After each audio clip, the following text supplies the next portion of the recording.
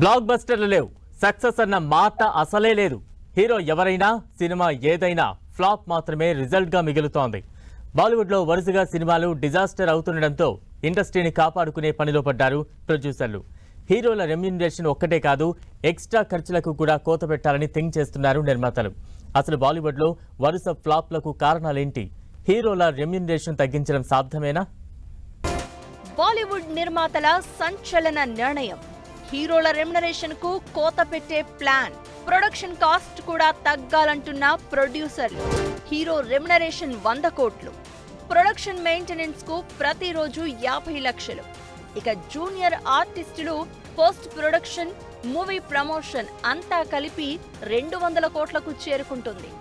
ఇంత బడ్జెట్ పెట్టారు కదా, పెద్ద మూవీ అనుకుంటే బాక్సాఫీస్ దగ్గర బొక్క బోర్లా పడుతోంది. 2 ఏళ్లుగా బాలీవుడ్ సినిమాల పరిస్థితి ఇలాగే ఉంది. బాలీవుడ్ మూవీస్ డిజాస్టర్ కు కేర్ ఆఫ్ అడ్రస్ గా ఉంటున్నాయి. ఏడాదిలో 10 పెద్ద సినిమాలు వస్తే అందులో 9 అటర్ ఫ్లాప్ గానే మిగులుతున్నాయి. వరుస ఫ్లాప్లతో బాలీవుడ్ ఇండస్ట్రీ సంక్షోభంలోకి వెళ్ళింది. కోట్ల రూపాయల నష్టంతో థియేట్రికల్ రిలీజ్లు ముగుస్తున్నాయి. ఈ పరిస్థితి నుంచి గట్టెక్కించేందుకు బాలీవుడ్ సినీ పరిశ్రమ సంచలన నిర్ణయం తీసుకుంది.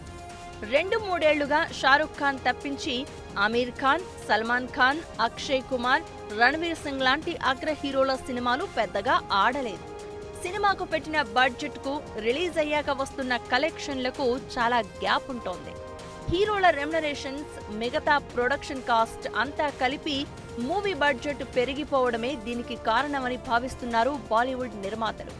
అందుకే హీరోల రెమ్యునరేషన్, వాళ్ల పర్సనల్ టీమ్ మెయింటెనెన్స్ కాస్ట్ ను తగ్గించాలని, అలా అయితేనే బాలీవుడ్ ఇండస్ట్రీ బతుకుతుందని అంటున్నారు ప్రొడ్యూసర్లు.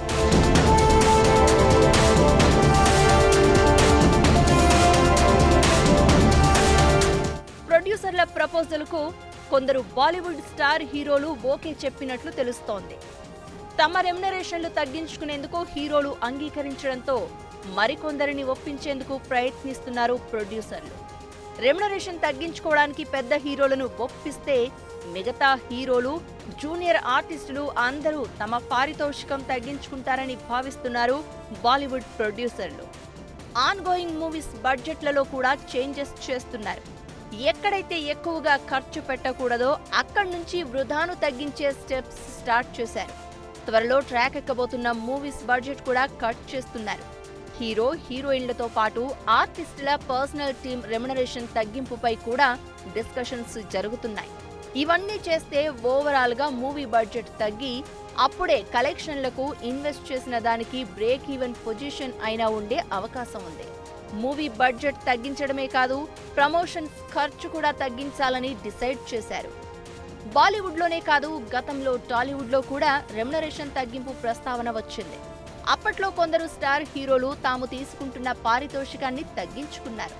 ఆ తర్వాత టాలీవుడ్లో వరుస సక్సెస్లతో హీరోల రెమ్యునరేషన్ మళ్లీ భారీగా పెరిగిపోయింది. అయితే చిన్న సినిమాలకు మాత్రం టాలీవుడ్, బాలీవుడ్ అని కాదు, ఎక్కడైనా ప్రాబ్లమ్స్ ఉన్నాయి.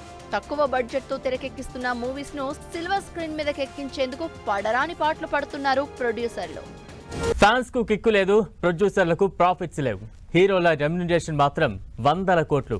బాలీవుడ్ లో ఈ మధ్య ఒక్కో మూవీకి పెట్టిన ఖర్చు అయితే దిమ్మ తిరిగిపోయేలా ఉంది. లిమిట్ అంటూ లేకుండా 100 కోట్లు పెట్టి మూవీ తీస్తే తీరా అట్టర్ ఫ్లాప్ కావడంతో ప్రొడ్యూసర్ల పరిస్థితి అస్సామే అవుతోంది. వరుస డిజాస్టర్ల నుంచి బయటపడేందుకు కాస్ట్ కటింగ్ మీద ఫోకస్ పెట్టారు ప్రొడ్యూసర్లు.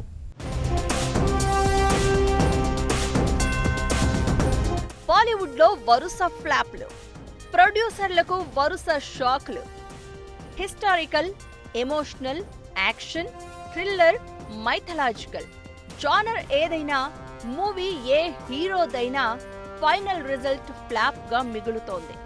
బాలీవుడ్ లో గత 2 ఏళ్లలో వచ్చిన సినిమాల్లో 90% మూవీస్ దారుణమైన నష్టాలను చూశాయి. 200 కోట్లు పెట్టి సినిమా తీస్తే కనీసం 50 కోట్లు కూడా రాని మూవీస్ కూడా ఉన్నాయి.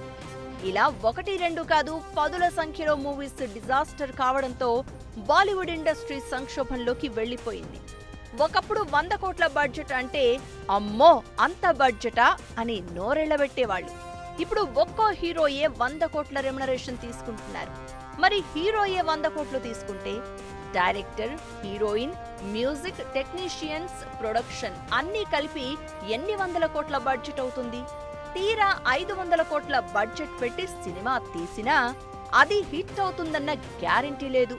పోనీ ఒక ఫ్లాప్ అంటే ఏదో విధంగా కోలుకోవచ్చు. వరుస పెట్టి ఓ ప్రొడ్యూసర్కు 4 ఫ్లాప్లు తగిలితే ఇక కథ కంచికే అన్నట్లయింది పరిస్థితి.